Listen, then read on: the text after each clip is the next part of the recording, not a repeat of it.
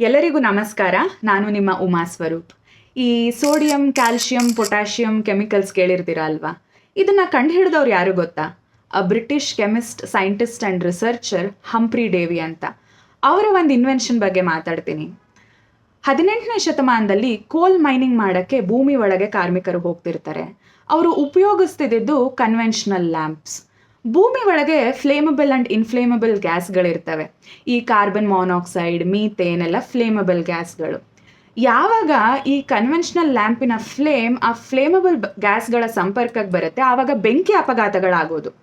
History ತೆಗೆದು ನೋಡಿದ್ರೆ ಪ್ರತಿದಿನ ಬೆಂಕಿ ಅಪಘಾತಗಳಿಂದ ಜನರು ಸಾಯ್ತಾ ಇದ್ರು.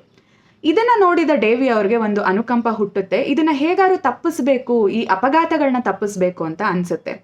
1815ನಲ್ಲಿ ಬಹಳ ಕಷ್ಟಪಟ್ಟು ಒಂದು ಲ್ಯಾಂಪ್ನ ಕಂಡುಹಿಡಿತಾರೆ. It is called as Davy's safety lamp. ಇದು ಜಗತ್ ಪ್ರಸಿದ್ಧಿ ಆಗುತ್ತೆ. ಪ್ರಪಂಚಾದ್ಯಂತ ಇದರ ಬೇಡಿಕೆ ಬರುತ್ತೆ. ಬಿಡುವಿದ್ದಾಗ ಓದಿ, there is a beautiful science behind this technology. ಇದನ್ನ ನೋಡಿದ ಡೇವಿ ಅವರ ಸ್ನೇಹಿತರು ಹೇಳ್ತಾರೆ, ನೀನು ಯಾಕೆ ಇದನ್ನ ಪೇಟೆಂಟ್ ಮಾಡ್ಕೋಬಾರ್ದು?